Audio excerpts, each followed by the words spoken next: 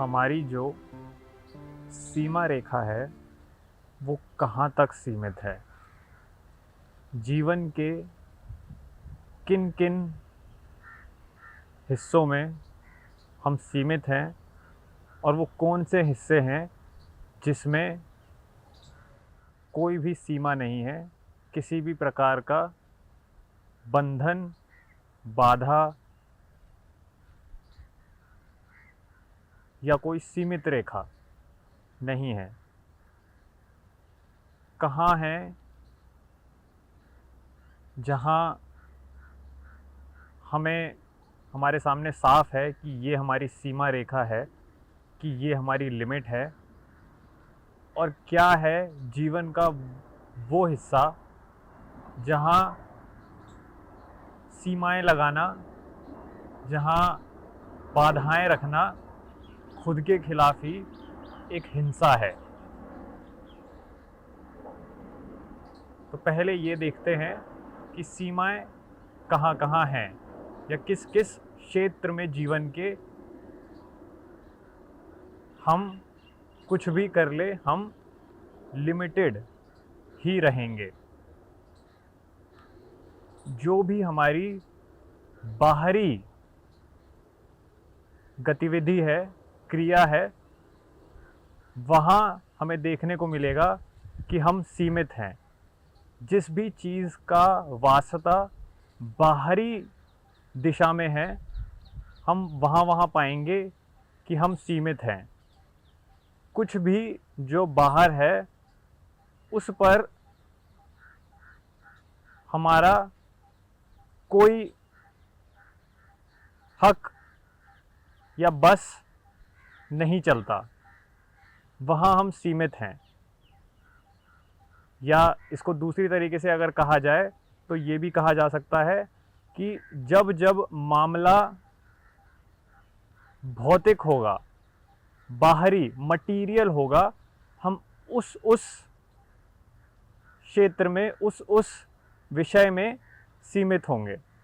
जैसे कि अगर हम अपने शरीर को लें तो शरीर की एक सीमित आयु है कि जब से वो पैदा होता है और वो पैदा होने के बाद ख़त्म हो जाता है। तो ये हुई शरीर की सीमा। और ऐसे ही हर दूसरी भौतिक वस्तु की, चाहे वो पेड़ हो, चाहे वो पत्थर हो, चाहे वो घर इमारत हो, चाहे वो हमारे घर का फर्नीचर हो, चाहे वो हमारे रिश्तों में ही दूसरा इंसान हो, ये सारी चीज़ें सीमित हैं। अपने आप में इनकी एक सीमा अवधि है जो समय में एक बिंदु पे शुरू होती है और दूसरे बिंदु पर जाकर ख़त्म हो जाती है। जो भी चीज़ भौतिक है, जो भी चीज़ बाहरी है, जो भी चीज़ देखी जा सकती है, जो भी चीज़ इंद्रियों से संपर्क में आ सकती है, वो चीज़ सीमित है। यहाँ तक कि हमारी बुद्धि की क्षमता भी सीमित ही है। क्योंकि अगर हम ये भी बोलें कि ज्ञान असीम है तो शायद ऐसा है नहीं, क्योंकि ज्ञान तो पल पल इंसान की बुद्धि के साथ ही दशक पर दशक, सेंचुरी दर सेंचुरी बदलता रहता है, बढ़ता रहता है, उसमें कुछ ना कुछ नया ही जुड़ता रहता है। तो ज्ञान भी अपने आप में कोई असीमित चीज़ नहीं है। जो ज्ञान का रिश्ता बुद्धि से है, वो ज्ञान भी अपने आप में असीमित नहीं है।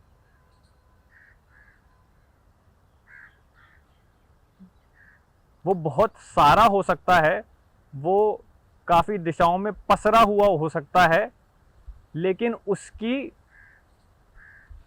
हमारे संबंध में एक सीमा ही है। क्योंकि सारा ज्ञान आता ही हमसे है, हमारी बुद्धि से है। तो अगर हम सीमित हैं, हमारी बुद्धि सीमित है, तो इस सीमित बुद्धि से आ रहा ज्ञान भी सीमित ही होगा। क्योंकि ज्ञान जो आ रहा है बुद्धि से, वो अपने आप में उसका कोई इंडिपेंडेंट अस्तित्व, आज़ाद अस्तित्व नहीं है, कोई स्वतंत्र अस्तित्व नहीं है। वो निर्भर ही है इंसान की बुद्धि पर, और जितनी दूर तक इंसान की बुद्धि जाएगी उतनी ही दूर तक वो ज्ञान जाएगा। तो ज्ञान भी भले ही हमें ऐसा लगता हो कि इंद्रियों की सीमा के बाहर है, लेकिन है वो इंद्रियों का ही एक विषय, तो इसीलिए वो सीमित है। जो भी चीज़ इंद्रियों का विषय बनती है, जिसको भी हम देख सकते हैं, छू सकते हैं, सुन सकते हैं, सूंघ सकते हैं, वो सब सीमित है।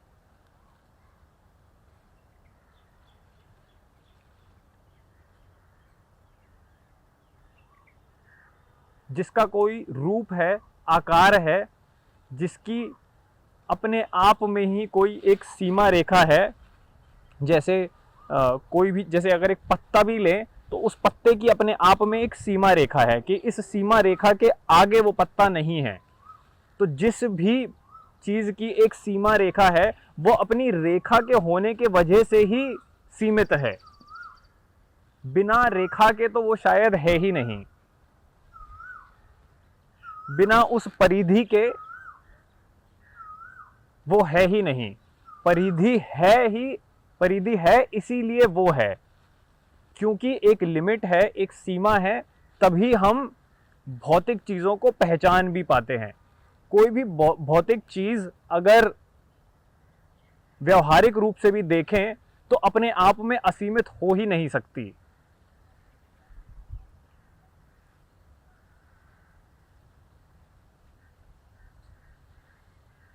क्योंकि जब तक वो सीमाओं के भीतर है तभी वो जानी जा सकती है, वो कहलाई जा सकती है, उसको कोई नाम दिया जा सकता है, उसकी कोई पहचान हम समझ सकते हैं या उसको हम देख सकते हैं।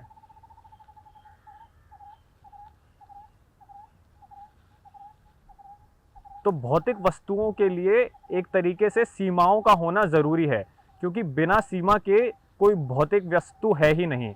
उसकी सीमा है इसीलिए वो भौतिक है, फिजिकल है।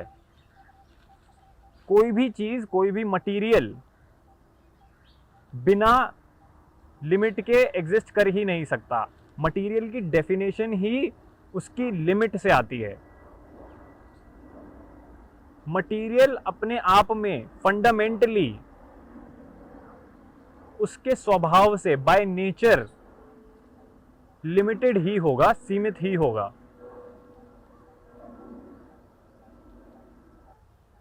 हर वो चीज़ जो सोची भी जा सकती है, विचार, विचार अपने आप में खुद सीमित है।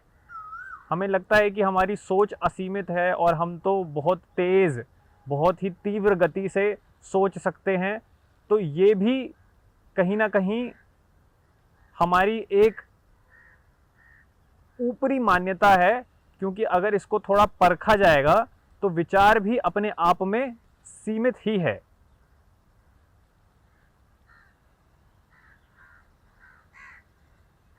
क्योंकि जो हम हैं, अगर हमारी बुद्धि ही सीमित है तो उस बुद्धि से उस बुद्धि से आ रहा हर विचार भी अपने आप में सीमित ही होगा। कोई भी विचार अपने आप में असीमित, पूरा, कंप्लीट नहीं हो सकता, क्योंकि है वो विचार ही। और विचार को क्योंकि शब्दों का ढांचा देना ही पड़ेगा, उसको एक व्याकरण में बांधना ही पड़ेगा, इसीलिए वो सीमित हो जाता है। जो भी चीज़ शब्दों में बताई जा सकती है, शब्दों की रेखा में बांधी जा सकती है, वो चीज़ तो अपने आप में ही सीमित है।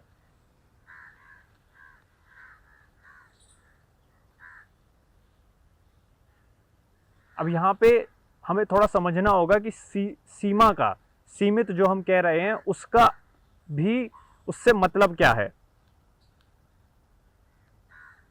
उसका तात्पर्य क्या है। कि यहाँ पे क्या कहना चाह रहे हैं कि ये सीमित है। जिस पे भी हम निर्भर रहेंगे, जिस पे भी हम आश्रित रहेंगे, जैसे अगर हम शब्दों पे आश्रित रहते हैं, अगर हम भौतिक चीज़ों पर आश्रित रहते हैं, तो ये सारी चीज़ें सीमित हैं। तो इन पर जब भी हम आश्रय रखेंगे, इन पर जब भी हम निर्भर रहेंगे, हमें समझना पड़ेगा कि हमें ये किसी भी तरीके से पूरा नहीं कर सकती, क्योंकि हम इन्हीं के माध्यम से, भौतिक चीज़ों के माध्यम से, जो घर हो सकता है, जो कोई रिश्ते में कोई दूसरा इंसान हो सकता है, जो हमारी तमाम तरीके की सुख के विषय हो सकते हैं, जो एक बौद्धिक प्रक्रिया जो शब्दों में रची जा सकती है, शब्दों में के रूप से समझी जा सकती है, इन पर जब भी हम निर्भर रहेंगे, आश्रित रहेंगे कि इनसे हमें एक तरीके का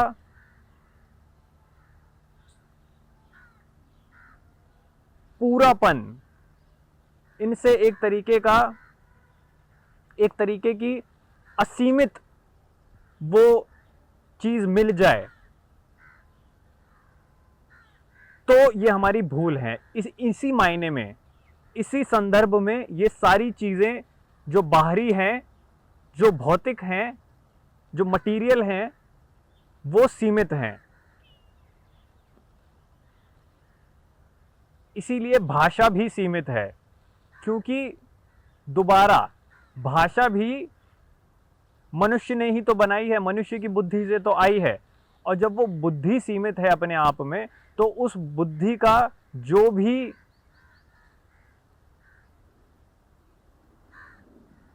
प्रोड्यूस है, प्रोडक्ट है, वो प्रोडक्ट भी अपने आप में सीमित ही होगा। इसीलिए विचार भी अपने आप में कोई असीमित चीज नहीं है। हमें लगेगा कि हमारे पास 100 अनेक तरीके के विचार हैं, लेकिन जैसे ही हम उस पर गिनती डालते हैं, अगर वो गिना जा सकता है तो वो असीमित है कहाँ। जैसे ही उस पर गिनती लग गई तो वो असीमित रहा ही नहीं। असीमित होने का तो मतलब ही यही है कि जो गिनती की सीमा में ना आए, जिसको काउंट करके, जिसको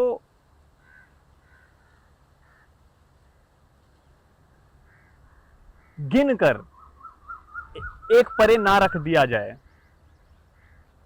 वही असीमित हुआ।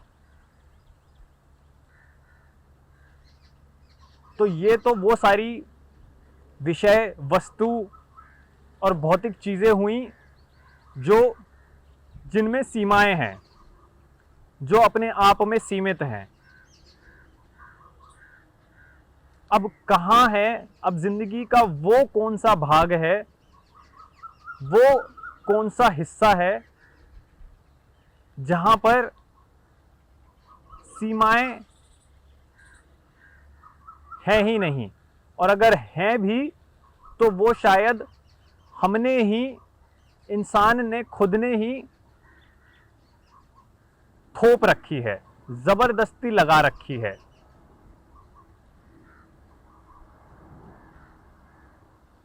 अगर वो सीमाएं दिख भी रही हैं तो वो सीमाएं बस प्रतीत हो रही हैं, बस अपीयर हो रही हैं।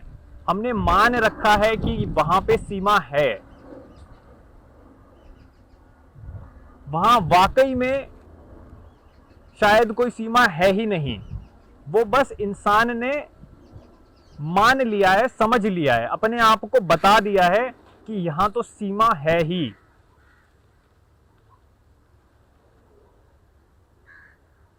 और जहां कोई सीमा नहीं है, वो हिस्सा है भीतरी।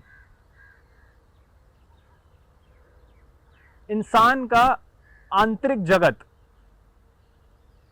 उसकी आंतरिक गतिविधि, उसकी आंतरिक दिशा में गति,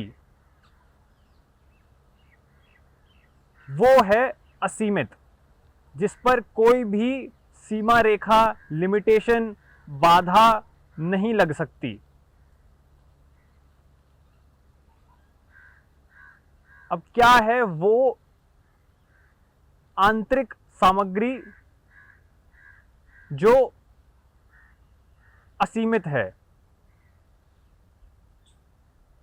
जैसे अगर हमने अभी बात करी तो विचार, कोई भी बौद्धिक क्षमता से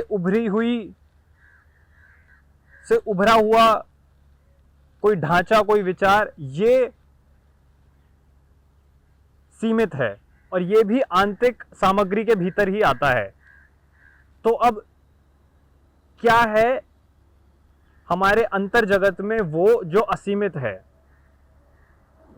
क्या प्रेम की कोई सीमा हो सकती है? क्या आजादी, फ्रीडम की कोई सीमा हो सकती है? क्या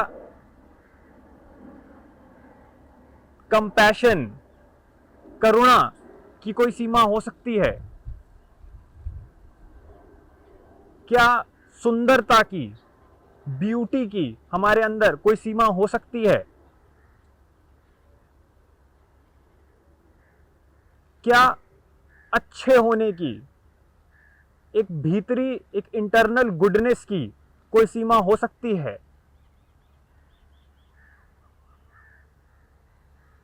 और इसी तरीके से अगर इसके विपरीत भी देखें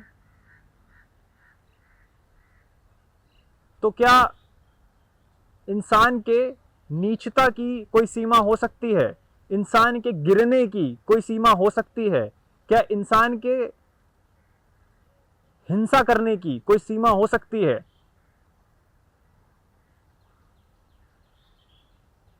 क्या इंसान के खुद को ही पागल बनाने की कोई सीमा हो सकती है?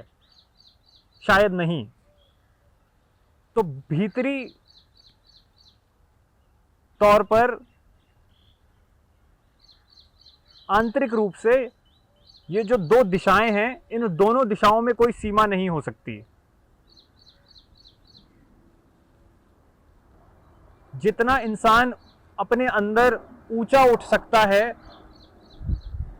सुंदरता पा सकता है, आजादी को देख सकता है, प्रेम को छू सकता है, उतना ही वो अपने अंदर उसी मापदंड से शायद वो अपने अंदर गिर भी सकता है, वो अपने अंदर हिंसक भी हो सकता है, वो 100 तरीके के कुरूप, 100 क्या अनगिनत तरीके के कुरूप भी अपने अंदर धारण कर सकता है। ये बिल्कुल क्षमता है, क्योंकि ये दोनों दिशाओं की कोई सीमा नहीं है अपने आप में। ये कहीं ना कहीं असीमित हैं।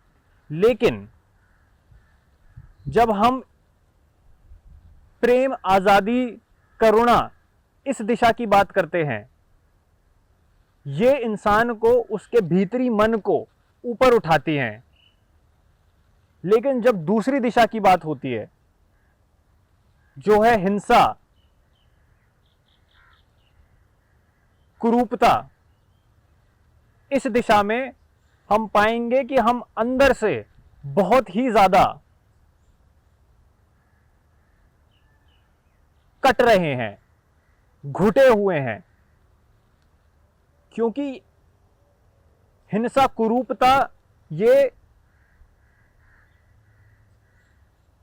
प्रवृत्ति हमारा नेचर नहीं है। एक व्यक्ति को अपने नेचर के बहुत ही खिलाफ जाना पड़ेगा इस सीमा की असीमताओं में, इस दिशा की असीमताओं में। वो अपने आप को बहुत ही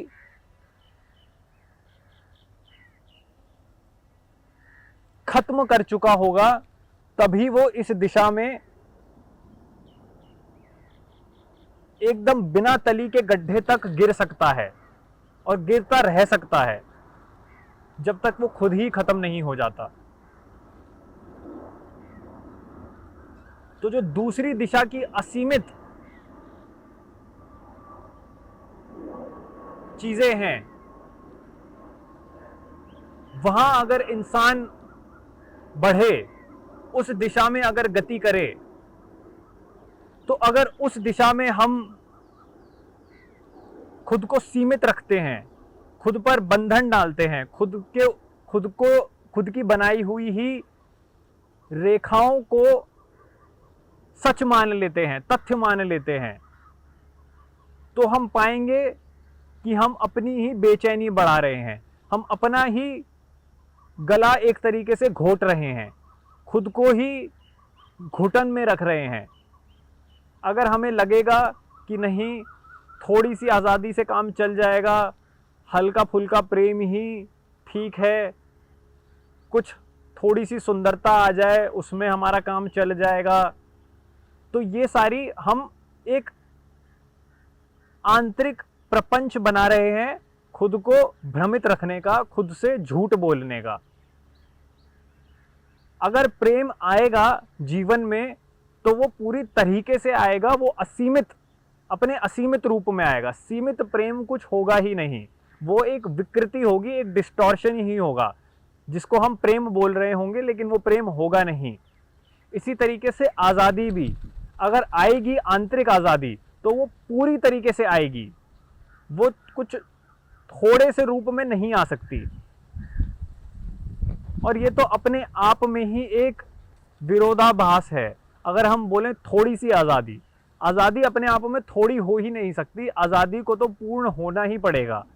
अपनी परिभाषा से ही, by its definition, freedom is limitless. अब यहाँ पे लिमिटलेस फ्रीडम का मतलब ये नहीं हो सकता कि अपनी मनमानी करना, कि अपने अनुसार बिना हदों के एक तरीके से बदतमीजी, दूसरों की आज़ादी पर एक रोक लगाना, ये आंतरिक आज़ादी, जो असीमित आंतरिक आज़ादी है, ये ऐसी नहीं दिखती, ये तो मनमानी है। और हम ये देखें कि जब हम इस मनमानी को आज़ादी के शब्द से परिभाषित करते हैं, तो हम यहाँ पे हैं तो गुलाम मन के ही। मन मानने लग जाता है कि हाँ, जब तक वो अपनी मनमानी कर रहा है तो वो आज़ाद है, लेकिन ऐसा है नहीं। वो अपने ही आंतरिक प्रभावों और जो उसके अंदर बैठी हुई सत्ताएं हैं, जो अथॉरिटी हैं, उन्हीं का ही गुलाम बना हुआ है। वो अपनी ही लालच का, अपने ही क्रोध का, अपने ही डर का, भय का गुलाम बना हुआ है। तो ये एक असीमित आंतरिक आज़ादी नहीं हो सकती। अपनी मन की चलाना, जो जी में आए करना, वो आज़ादी है ही नहीं, क्योंकि हम कर ही ये सब उसके हिसाब से रहे हैं जो हमारे जी में है। तो हम अपने जी के ही, हम अपने मन के ही एक तरीके से गुलाम हुए। और जब तक हम अपने मन में जो सामग्री है उसको नहीं पहचान रहे, तो ये तो ऐसी गुलामी है कि हम गुलाम तो बने ही हुए हैं, और हमें कौन गुलाम बनाए हुए है हमें इसका भी कोई पता नहीं होगा, क्योंकि हमें मन की सामग्री का ही कुछ पता नहीं कि मन में क्या क्या बसा हुआ है जो हमसे अपनी चीज़ें करवा रहा है। और हम बड़े अंदर से खुश हैं, एक तरीके से भ्रमित हैं, जो अपने आप को कह रहे हैं कि ये देखो, मैं तो आज़ाद ज़िंदगी जी रहा हूँ। ये आज़ाद ज़िंदगी नहीं होती, ये एकदम गुलामी की ज़िंदगी होती है। बस फ़र्क यहाँ पर यह है, जो हम पर अपना बस चला रहा है वो हमारे भीतर ही है और बाहर ही नहीं।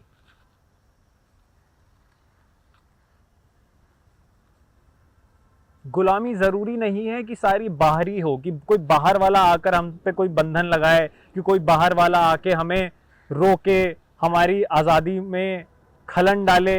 ऐसा ज़रूरी नहीं है। हम खुद के ही ऊपर 100 तरीके के बंधन, बाधाएं, सीमाएं डाल सकते हैं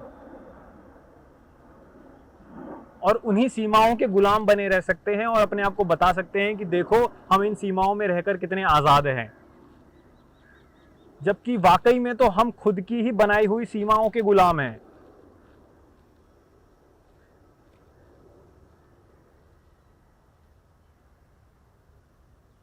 आज़ादी ज़रूरी नहीं वही हो जो दिखती हो, आज़ादी भीतरी है। गुलामी ज़रूरी नहीं वही हो जो दिखती हो, गुलामी होती ही पहले भीतरी है, तभी जाकर वो बाहरी गुलामी बनती है। जब हमारे अंदर डर होता है, जब हमारे अंदर लालच होता है, तभी हम बाहर जाकर गुलामी करने पर विवश होते हैं, क्योंकि हमारे भीतर का डर ही सामने वाला एक्सप्लॉइट करता है। अगर हमारे अंदर ही लालच नहीं होगा तो उसको कुछ मिलेगा ही नहीं हमारे अंदर, हमारे ऊपर कैपिटलाइज करने के लिए। वो कैपिटलाइज ही हमारी अंदर की लालच और डर करता है अपना हम पर जोर बनाने के लिए।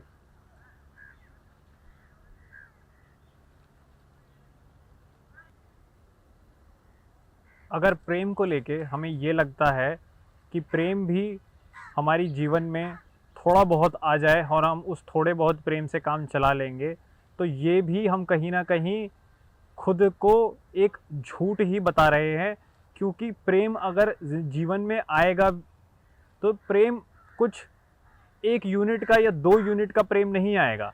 प्रेम आता ही है तो वो बिना सीमाओं के आता है, और जो वो 1 यूनिट और 2 यूनिट का प्रेम हमें लग रहा है वो आ रहा है, वो प्रेम है ही नहीं, वो कुछ और है। वो प्रेम के रूप में कुछ कुरूपित, कुछ डिस्टॉर्टेड हमने रख लिया है अपने जीवन में और उसको बताया है कि ये है प्रेम। प्रेम परिभाषा से ही सीमाओं के परे है। जो भी सीमित है वो प्रेम नहीं हो सकता। लेकिन अगर हम अपने आप को ये दावा करते हैं कि नहीं, थोड़ा सा ही प्रेम हमारे लिए काफ़ी है, तो हम ये जान ही नहीं पाएंगे जीवन में कि असली प्रेम है क्या, कि वाकई में सच्चे रूप में अपने प्रेम होता क्या है। प्रेम का वो असीमित रूप से हम खुद को वंचित करेंगे।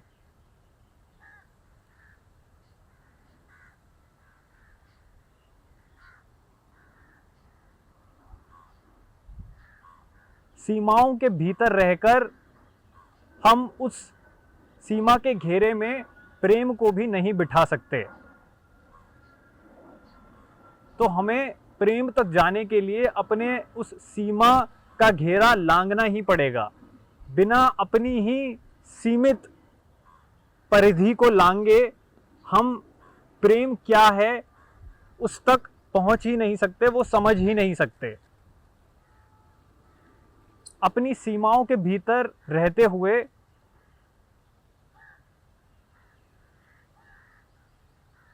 हम प्रेम तक कभी पहुंच ही नहीं पाएंगे। सीमाओं में रहकर प्रेम नहीं किया जा सकता। प्रेम किसी भी तरीके का संतुलन नहीं जानेगा, बिल्कुल ही असंतुलित, बिना किसी शर्त के, बिना किसी कंडीशन के, किसी व्यवस्था के ही प्रेम होगा। हमें कहीं लगे कि नहीं, ये 2 चीज़ तो रख लूँ तो प्रेम आ ही जाएगा, या ये सारी चीज़ें तो होनी ज़रूरी ही हैं और इन्हीं चीज़ों के साथ ही प्रेम आ जाएगा, तो ऐसा नहीं है। हमें लगे कि नहीं, एक चीज़ तो हम ये रखते हैं और फिर प्रेम भी हम जीवन में ले आएंगे तो और उसका फिर संतुलन बन जाएगा, तो ऐसा नहीं होगा। हमें पूरी तरीके से असंतुलित ही रखना होगा, करना होगा अपना जीवन। जो कांटा हमने बैलेंस का, संतुलन का अपने जीवन में ला रखा है और खुद को बता रखा है कि अरे संतुलित जीवन ही तो शांत जीवन है, संतुलित जीवन ही तो सुंदर जीवन है, तो ये सब हमारा भ्रम है। तो ये सब हम लगातार खुद को बार बार झूठ ही बोल रहे हैं। सारे संतुलन को एक परे रखकर ही प्रेम आता है। सारी सीमाओं को भेद कर ही प्रेम आ सकता है। अपनी हदों में रहते हुए जो प्रेम हो रहा है वो प्रेम प्रेम है ही नहीं।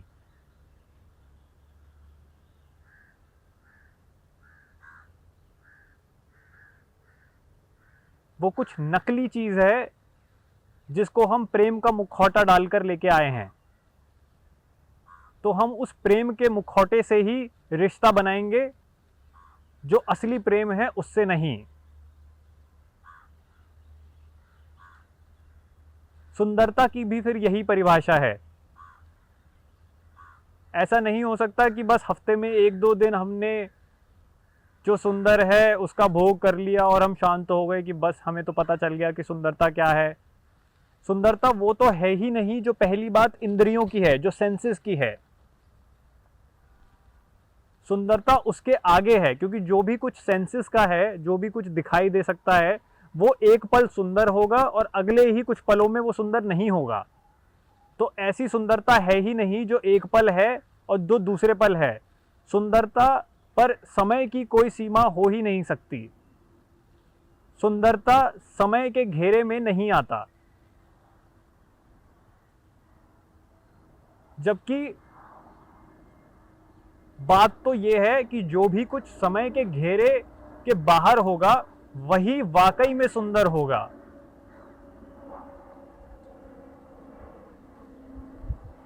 जिस पर समय का कोई बस नहीं चल रहा वही सही मायने में सुंदर है। सुंदरता और कुछ है ही नहीं।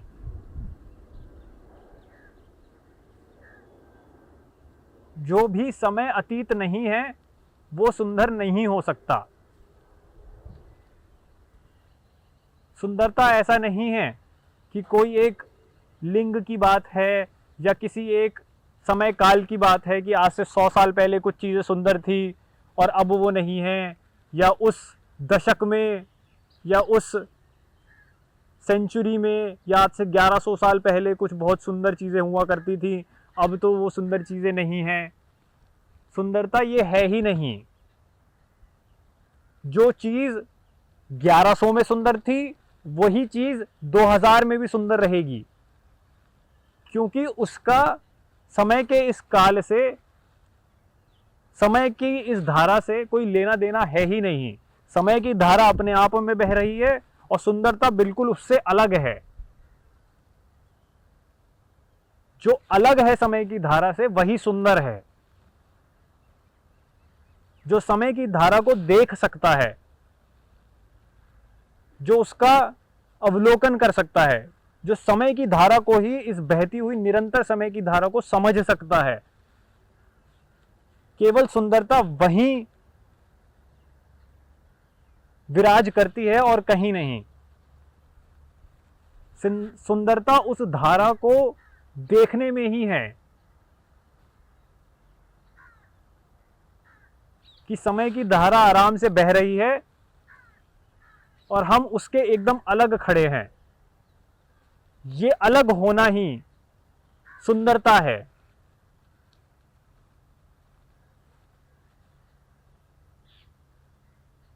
और यहां पे फिर कोई सीमाएं नहीं चल सकती कि कुछ थोड़ा सा ही सुंदर हो तो चल जाएगा। सुंदरता भी फिर अपने आप में पूरी होगी, बिना सीमाओं के होगी, असीमित होगी।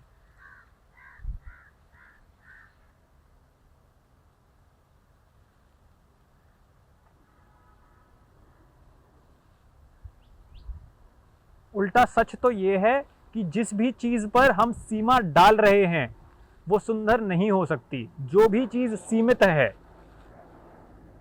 वो प्रेम नहीं हो सकता, वो आजादी नहीं हो सकती, वो सुंदरता नहीं होगी। सीमाओं के भीतर ये सब मुमकिन ही नहीं है।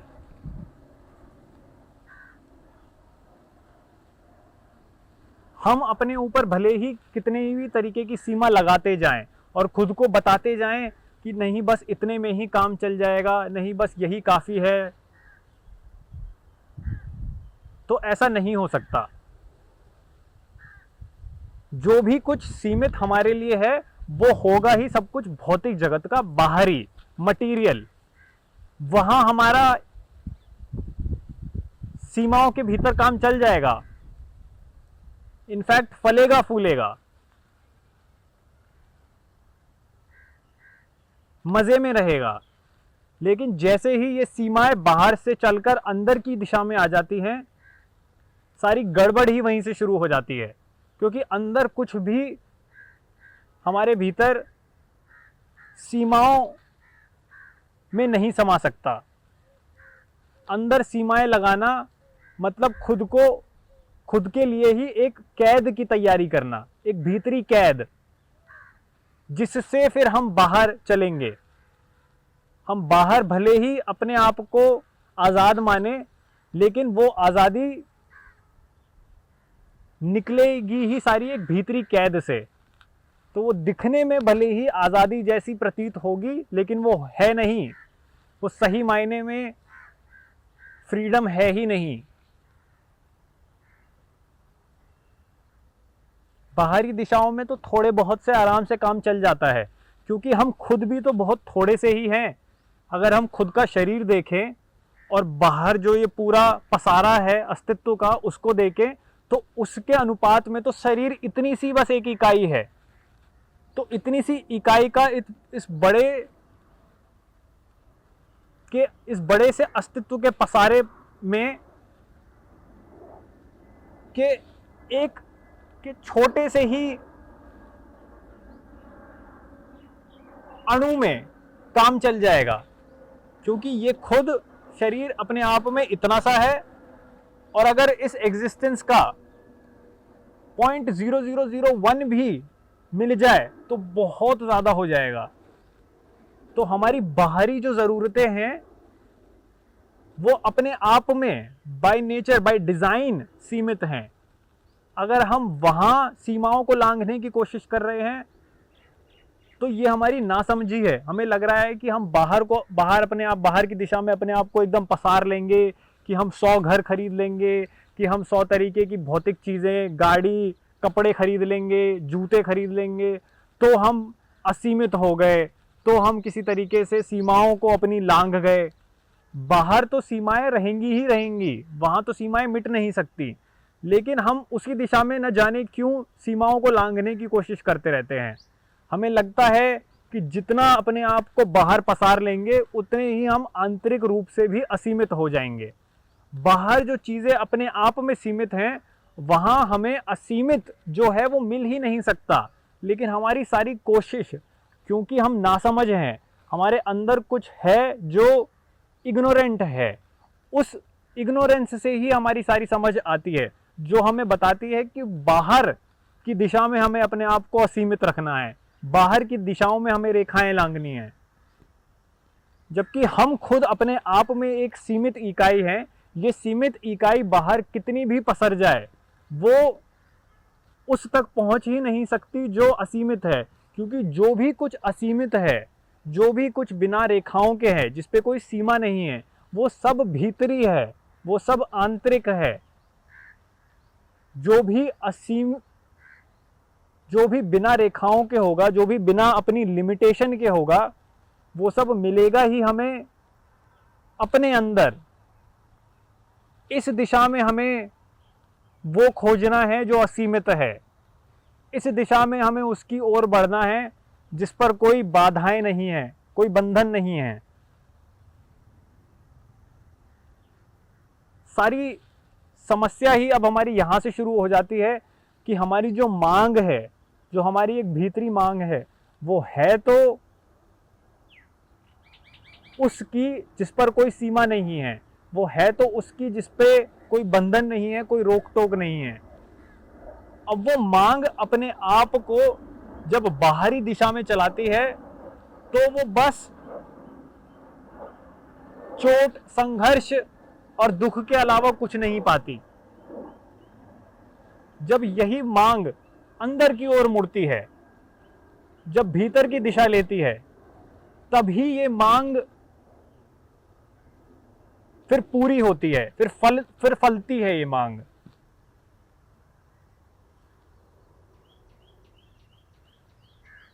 इस मांग को हमने जो दिशा दी, वहीं से ही हमारी ज़िंदगी तय हो जाती है।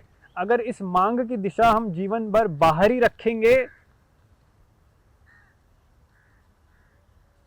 तो हमेशा 100 चीज़ों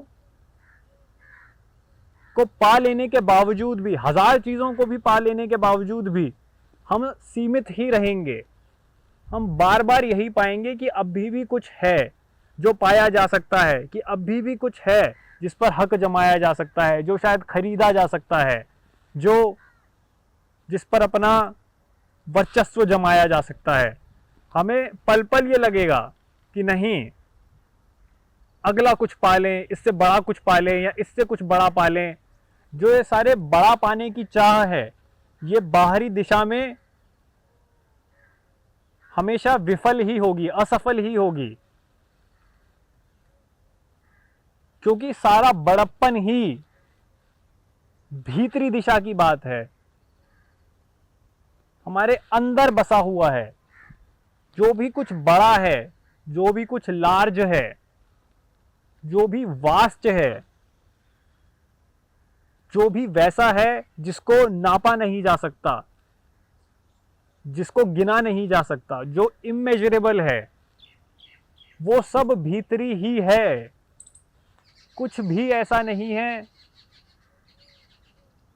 जो सीमाओं के पार हो और वो हमें बाहर मिल जाएगा,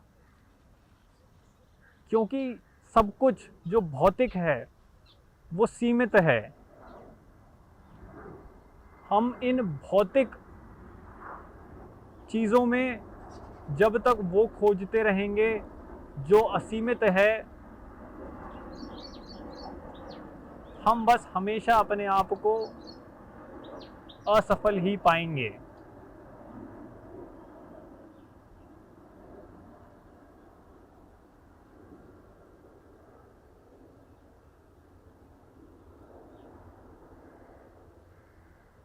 हमें सीमाएं लांघनी हैं, हमें खुद पर बंदिशें नहीं अच्छी लगती, हमें उन बंधनों के बाहर जाना है। हमारे रास्ते में जो भी कुछ रुकावटें हैं, उन रुकावटों से हमें आगे बढ़ना है, लेकिन वो आगे बढ़ने की दिशा बाहरी नहीं, भीतरी है।